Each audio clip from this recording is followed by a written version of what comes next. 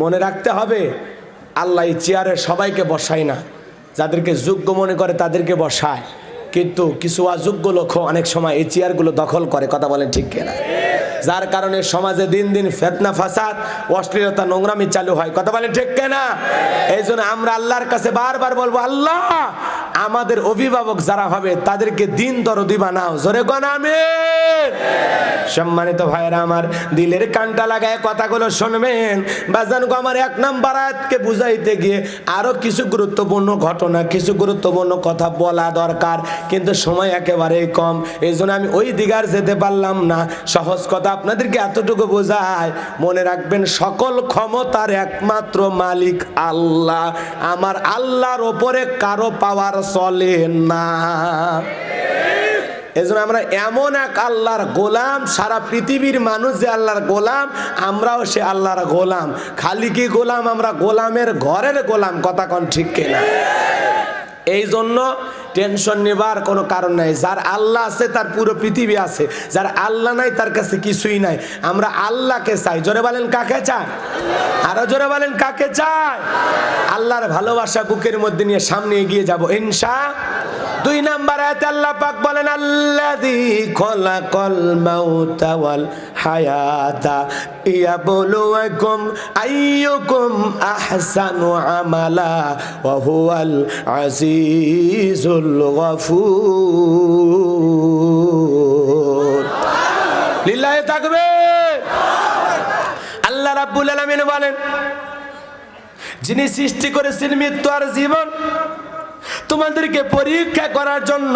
আল্লাহ পাক পরীক্ষা করে দেখবেন আমলের দিক দিয়ে কারা উত্তম আমল করেছ, কারা সুন্দর আমল করেছ। তাহলে আল্লাহ পাক সর্বপ্রথম কিসের কথা বললেন? আল্লাযী খলাকাল মাউতা ওয়াল হায়াতা। আল্লাহকে মৃত্যুর কথা বললেন, যিনি সৃষ্টি করেছেন মৃত্যু। কি? জোরে বলেন কি? এ বাজান গো আমার মৃত্যুর কথা আল্লাহ কেন আগে বলেন? কারণ হলো দুনিয়াতে একটা আসার সিরিয়াল আছে, কিন্তু যাবার সিরিয়াল নাই। আমার আগে বাবা আসছে, বাবার আগে দাদা আসছে। দুনিয়াতে আসার একটা সিরিয়াল আছে, যাবার কিন্তু কোনো সিরিয়াল নাই। দাদার আগে নাতি মারা যেতে পারে, বাবার আগে ছেলে মারা যেতে পারে। এই জন্য বাজান গো আমার মৃত্যু বড় ভয়ঙ্কর। বেঁচে আসি এটাই অস্বাভাবিক, মৃত্যু হবে এটাই স্বাভাবিক, এটাই চিরন্তন সত্য। কথা বলেন ঠিক কিনা? কথায় আছে বাজান গো আমার, আপনি আমি ঘুমাইলাম, ঘুম ভাঙলেই সকাল, না ভাঙলেই পরকাল। আজকে দুনিয়াতে রং তামাশা নেমেতে আছেন, রং তামাশা ফুর্তি করার জায়গা না। দুনিয়াটা হলো আল্লাহ রাব্বুল আলামিনের গোলামি করা, আখিরাতের পুঁজি সন্ধান করার জন্য আমরা দুনিয়াতে আসছি, নেক আমল করার জন্য দুনিয়াতে আসছি বাজার। এই জন্য আল্লাহ রাব্বুল আলামিন বলেন, যিনি সৃষ্টি করেছেন মৃত্যু আর জীবন, এর মাঝামাঝি যে সময়টা আমি আল্লাহ তোমাদেরকে দিলাম, তোমরা যে সময়টা পাইছো গোলাম, এই সময়টা আমি আল্লাহর ইবাদত করে আমি আল্লাহ দেখতে চাই তোমাদের মধ্যে ইবাদতের দিক দিয়ে কারা সেরা, কারা উত্তম, আমলের দিক দিয়ে কে কত বেশি নেক আমল করতে পারো। আমি আল্লাহ তোমাদের পরীক্ষা করে দেখব। আল্লাহু আকবার কোন। আল্লাহ দুনিয়াতে পাঠাইছে রং তামাশা করার জন্য? কি করার জন্য? ওয়ামা খলাকতুল জিন্না ওয়াল ইনসা ইল্লা লিয়াবুদুন। আমি মানব জাতি আর জিন জাতিকে সৃষ্টি করেছি কেবলমাত্র, শুধুমাত্র, একমাত্র আমি আল্লাহর দাসত্ব আর গোলামি করার জন্য। কথা বলে ঠিক কিনা? রাগ করেছেন? কষ্ট পেয়েছেন আমার কথা? আমার সম্মানিত ভাইরা আমার, মন খারাপ করবেন না, কষ্ট আপনারা পাবেন না। আমি প্রাণ ভরে আপনাদের উদ্দেশ্যে এই কথাটা বলবো। শোনেন, কষ্ট হচ্ছে আপনাদের, আপনারা এদিক খেয়াল করেন, আমার কথাগুলো খেয়াল করেন। এ ভাই, চাচা কি সমস্যা? আমি চলে গেছি, বাপ রে বাপ, আমাদের চাইতে মনে হয় এরা কই যাবি শহীদপুর নাকি? দয়া করে উঠবেন না, ওটা বাসা করবেন না। এই এত বড় মজমা থেকে আপনাদের উঠতে মনে চায়? একটু শেষ দোয়া করে যাবেন না বাজান? আমি কয়েকটা মিনিট দিলটা নরম করে, এখন আপনারা এদিক খেয়াল করেন, আমার কথাটা খেয়াল করে একটু শুনবেন, দেখবেন অন্তর থেকে শুনলে চোখ দিয়ে এমনি পানি চলে আসবে। কথা বলে ঠিক কিনা? একটু দয়া করে শোনেন, মৃত্যুর কথা বলতেছি, সাধারণ কোনো বিষয় নয়। দিলের কানটা লাগায় কথাগুলো শুনবেন বাজান। আল্লাহ রাব্বুল আলামিন বলেন, আল্লাযী খলাকাল মাউতা ওয়াল হায়াতা, যিনি সৃষ্টি করেছেন মৃত্যু আর জীবন, এর মাঝামাঝি যে সময়টা আমি আল্লাহ পাক দিয়েছি, এর মাধ্যমে তোমাদেরকে পরীক্ষা করে দেখতে চাই আমলের দিক দিয়ে কারা উত্তম আমল করেছো, কারা সুন্দর আমল করেছো। তার মানে আল্লাহ রাব্বুল আলামিন মৃত্যুর কথা কেন আগে বললেন? কারণ প্রত্যেকটা মানুষকে জন্ম যারা নিয়েছে তাদের মৃত্যুবরণ করতে হবে। সকল ধর্মের মানুষ এ কথায় একমত যে জন্মিলে মৃত্যু একদিন হবেই। আল্লাহ রাব্বুল আলামিন বলেন কুল্লু নাফসিন যায়কাতুল মাউত, প্রত্যেক প্রাণীকে মৃত্যুর স্বাদ গ্রহণ করা লাগবে বাজান। আজ হোক কাল হোক আপনাকে আমাকে মৃত্যুবরণ করা লাগবে, আজ হোক কাল হোক আপনাকে আমাকে দুনিয়ার জমিন ছাড়া লাগবে। এই দুনিয়াতে কেউ চিরস্থায়ী থাকবো না। আপনি যেখানে থাকেন, যে অবস্থায় থাকেন বাজান, মৃত্যু আপনাকে ধরবেই। আইনামা তাকুনু ইদরিকুমুল মাউত ওয়ালাউ কুনতুম ফি বুরুজিম মুশাইয়াদা, যেখানে থাকো, যে অবস্থায় থাকো, তোমাকে মৃত্যু পাকড়াও করবে, মৃত্যু তোমাদেরকে ধরবেই। মৃত্যু থেকে পালানোর কোনো রাস্তা খোলা নাই বাজান। আজ হোক কাল হোক আপনার আমার মৃত্যু হবে।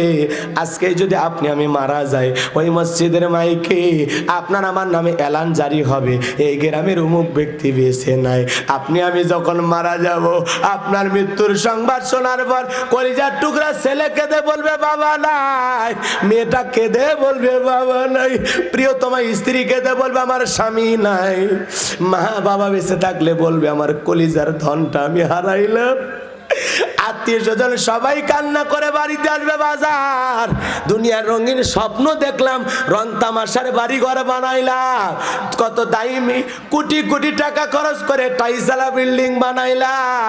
এ বাজান গোয়ার দুনিয়ার লোভ লালসাতে পড়ে কত কিছু না করলাম।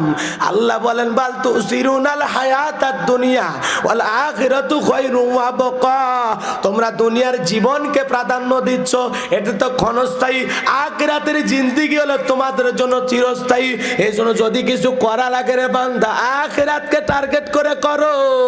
তুমি আমি দামি বাড়ি বানাইলাম, এ বাজান গো আমার, দুনিয়ার প্রাচুর্যের প্রতিযোগিতা, অর্থের লোভ লালসা আমাদেরকে আল্লাহ থেকে বিমুখ করেছে। আলহাকুমুত তাকাসুর হাত্তা যুরতুমুল মাকাবির, আল্লাহ ডেকে বলেন লোভ লালসা, অর্থের প্রতিযোগিতা, সম্পদের প্রতিযোগিতা তোমাদেরকে পাগল বানাইছে। পাগল বানাই আমি আল্লাহ থেকে বিমুখ করেছে, আমি আল্লাহ থেকে গাফেল করেছে। দুনিয়ার লোভ লালসা, গাড়ি বাড়ি, টাকা পয়সা, ক্ষমতার লোভ, এগুলো থামবে কখন?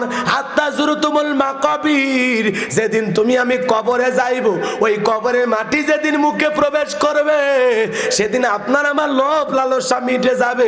যত স্বাদ, যত আশা ওই কবরের মাটি মুখে না ঢোকা পর্যন্ত আমাদের মিটবে। এ বাজান গো আমার, দিলটা নরম করে শুনে যান, ওই দামি টাইসলা বিল্ডিং এ আপনার আমার জীবনের শেষ গোসল হবে? হবে না।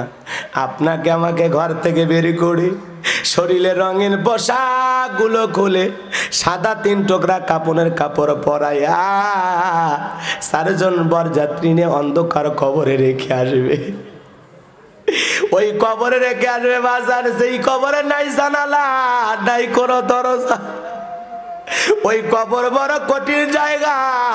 আল্লাহ রাসূল বলেন ইন্নামাল কুবরু রাওযাতুম মিন রিয়াদিল জান্নাহ আও হুফরাতুম মিন হুফারিন নার। আল্লাহ রাসূল বলেন